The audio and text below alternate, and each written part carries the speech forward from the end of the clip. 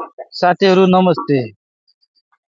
म रासोपा स्थापना काल रासोपामा लागिरहेको छु।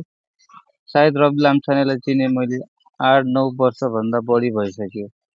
तर अहिले जेनजी भनौँ या जेनजीको खोल ओढेका केही जेनजी उमेरका काङ्ग्रेस एमालेका कार्यकर्ताहरूले रवि लामछाने कानुन सम्बद्ध निस्केनन्, कानुन अनुसार आऊ, हामी मान्दैनौँ, तपाईँ त्यसरी निस्केको हामीलाई स्वीकार्य छैन, कानुन अनुसार आऊ।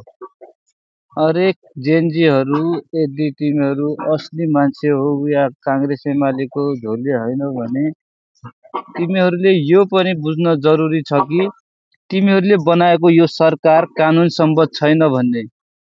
तिमी कानुनका कुन धारा कुन के हेरेर कानुन छैन, कानुन अनुसार आऊ, कानुन अनुसार। कानुन मान्ने भए तिमीहरूले सिंहदरबार जलाउँथ्यौ, अदालत जलाउँथ्यौ, अरूको सम्पत्ति मान्छे आगो लगाउँथ्यो। कानुन अनुसार आऊ, कानुन अनुसार देशको सरकार बनाऊ न। वडा अध्यक्ष जित्ने हैसियत नभएका तपाईँहरूका प्रधानमन्त्रीहरू नेताहरू छन्, कानुन अनुसार आऊ। पहिले तपाईँको सरकार कानुन अनुसार बनाऊ न। त्यसैले रवि लामछानेको विरोध गरेर तपाईँ एमाले काङ्ग्रेसका मा हल्का भाग मिल्ला होला, तिमीलाई थोडा ठुलो पद मिल्ला, तर रविलाई तिमीहरूले बिस्तारै चिन्नेछौ। त्यसैले धेरै सबै नेतालाई सुरक्षा नपाएर हेलिकप्टरमा भागिरहेको थिए।